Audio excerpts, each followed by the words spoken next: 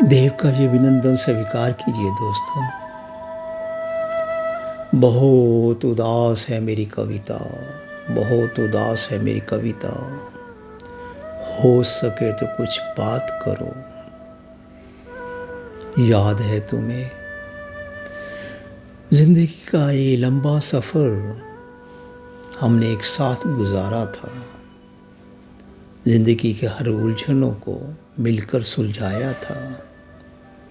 हर कदम मेरा साया बनकर तू मेरा साथ रहती थी। जब कभी मैं कागज़ और कलम को ख्वाबों के रंगों और छंदों में उतार कर एक कविता का रूप देने की चेष्टा करता हूँ, तुम मेरी प्रेरणा बनकर मेरी कविता में उतर आती हो। याद है तुम्हें जिंदगी के हर कदम तुमने मेरा साथ निभाया। जब कभी मैं खामोश और उदास हो जाता था, तुम ही तो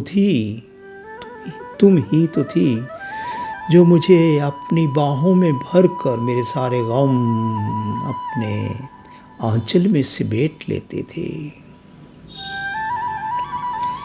मैं घुटनों के बल बैठकर तुम्हारे इन सुंदर कोमल हाथों को अपने हाथों में लेकर चूम कर जन्म जन्म साथ निभाने का इस प्यार को इजहार करता रहता था, इस प्यार का इजहार किया करता था। मैंने कई बार शब्दों के पेड़ से हरी भरी भावनाओं की कलियों की माला पिरोने की चेष्टा करता रहता हूँ। तुम्हारी हर याद जहन में एक असीम आनंद की गुदगुदी का एहसास भर जाती है। तुम्हारी वो बेबाक हंसी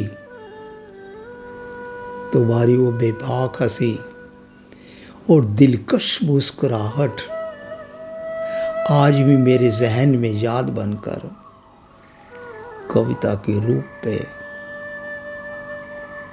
मेरी रूह में उतर आती है। आज तो शब्द भी मचल उठे, कविता भी बोल उठी। तुझे चांद सितारों की डोली में बिठाकर इन सुहानी पलकों में सजाकर सुहागन का टीका लगाऊं।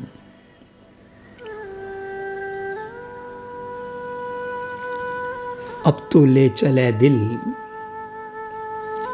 सजनी के पास। आज तो तन्हाइयाँ भी मुझसे रूठने लगी हैं। मैं ये सोच कर लिख रहा हूँ कि तुम मुझे यादों के सरहदों के पार एक दिन जरूर मिलोगी।